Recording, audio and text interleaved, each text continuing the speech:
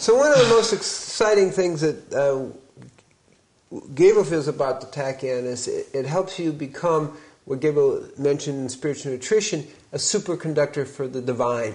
Yeah. You know, it's like a lot. You know, we've been. You know, we have. There's pain. There's organizing source for electrical, but really on the deeper level of consciousness, what we see, and I've seen it pretty consistently, is when people are working with tachyon over a period of time, and we didn't mention, you know, the tachyon pendant, things like that.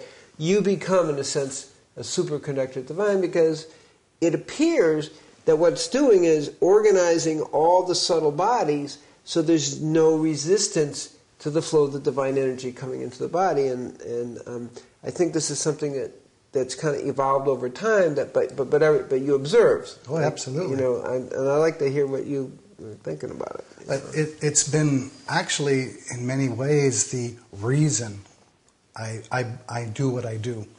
I mean, when we look at pain and we look at all the other things, Gabriel, that tachyon does, those are, to me, like an introduction into living, becoming balanced and pain-free. So that's not the thorn in your mind, is a big step.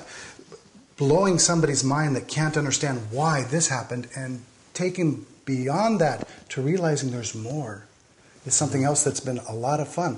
But for me, what you're talking about is the key to why we're here, and that's to evolve. So tachyon is really an evolutionary tool besides for pain. Well, the hopefully, pain of life taking you way beyond that. Hopefully that's where people end up with, realizing that, you know, I mean, to the masses, they get pain-free, but as they start to spiritually awake, which we see happening everywhere, I mean, I travel the world, and as they do that, tachyon really acts as that catalyst to help them eliminate the blocks that are keeping them from being who they are. And, you know, it's hard to let go of who you think you are to become who you could be.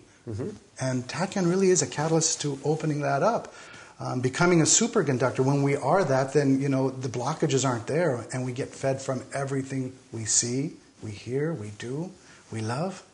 It really changes and shifts. And I've seen this happen. I've seen it happen very successfully with lots of people, and I've seen people rise up and then their egos take over sometimes, and then they become, I'm more powerful, and miss that next subtle step of even releasing that. And those are our challenges and our rewards for taking that spiritual quest of our own. See, it's interesting. The word catalyst is a good term, because just like you can't eat your way to God, you can't tachyonize your way to God. It does require consciousness, and to become a superconductor helps you access the divine energy, but then what you choose to do with it. So you can go into an ego state if you don't have the spiritual background to handle the increased energy. And I think that's a really important point that, you know, we're talking about. It's like, whoa, you know, having more energy does not make you liberated. You've got to have a context to hold the energy. Exactly. So by calling it a catalyst is, I think, a real accurate way to talk about it. And it's nice to watch, because I've been dealing with, you know, I go to Europe quite often, and I'll deal with people over 3, 4, 5, 10, 15 years that I'll see them and watch how their lives unfold. And as a catalyst, they will go to a level, and then sometimes they just slow down right there for a moment, drop everything off and see, and then they'll take off again. And I think really that's the stepping stones of our evolution, and each person steps at a different rate. But this supports the rate that they want to step at. This opens up and has them ready for the next step, whether they're ready or not. But it is their choice to make the step. So it's not a push. It's an invitation of the divine.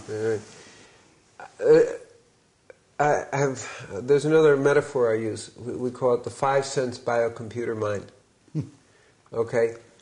In our world today, we have a situation with the use of vaccines and drugs and things where and junk food and GMO food and so forth, where the 5 sense biocomputer mind gets jammed. Yeah, I understand. Okay? And in chemtrails and whatever, all this is going on, and it keeps people from kind of breaking through. So with tachyon, we optimize the computer, the 5 sense biocomputer mind, so then we can then go beyond. And that's where the freedom is. So, in a sense, tachyon becomes a very valuable tool for optimizing the functioning of your computer, your biocomputer mind, so that we can then transcend. Now, the transcendence requires some spiritual background. Mm-hmm. And you got the 5 sense computer mind working at 100%, you're more likely to go beyond. Absolutely. And I think maybe that's another way of talking about it. Mm-hmm. You're a superconductor for the divine, but at the same time, what do you do with it? What do you do with it? Right. So, in a sense, this is a great contribution to, in a sense, a counterpoint to dumbing down the 5 sense computer mind, and it allows us to become that superconductor and say, we can go beyond. Yeah, it becomes part of our right livelihood, part of our way of, for me, interacting with my world and keeping my world. I mean, from the spiritual perspective, for me, I'm watching as everything's changing in these times. It really is changing, and people's ability to change with it isn't, they're more comfortable staying where they are. And when things are changing, you can't stay where you are. It's going to push you. And if it pushes you more out of balance, that's what's going to happen.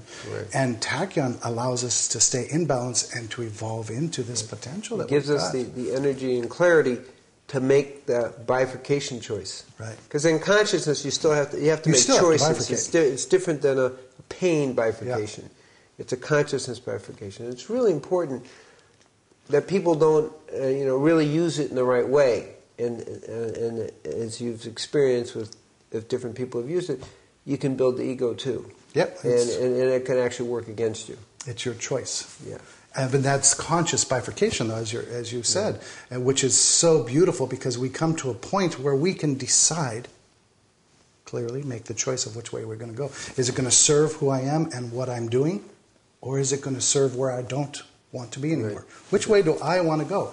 And it supports and brings those up. It doesn't, this system was never meant to hold stagnant energies. And as we use more tachyon on it and it becomes a superconductor, these stagnant pockets release. Sometimes they come up for us to take a look at, and we can choose to keep or not. Absolutely. It's really good. So that's just one of probably the most profound part in our period of evolution, is using the tachyon in this way. So I think it's really exciting. Isn't it fun, though, how the world, it's waking up, yes, without a doubt. And it's such an exciting time. And yet there's still this underlayer of people who are evolving without realizing what they're doing. Right. They're not realizing that I am evolving. And so the tachyon tools really affect them. But it's up here where we're most interested. And yet what we have to talk about for the masses is the level below until they evolve. Yeah. And but isn't that life? You got to have an entryway. Yeah. You got to have an entryway within your comfort zone. Yeah. And that's the key there. Yeah. And pain is a key. Electromagnetic fields, cell phones. When you feel better, when you naturally ask, well, what else is there? Well, what else can we do with this? And that what else is the secret. Beautiful, beautiful. Okay. Well, it's been a pleasure playing with you. It's good to talk and share over these years. Yeah, a lot of years. Thank you. Okay.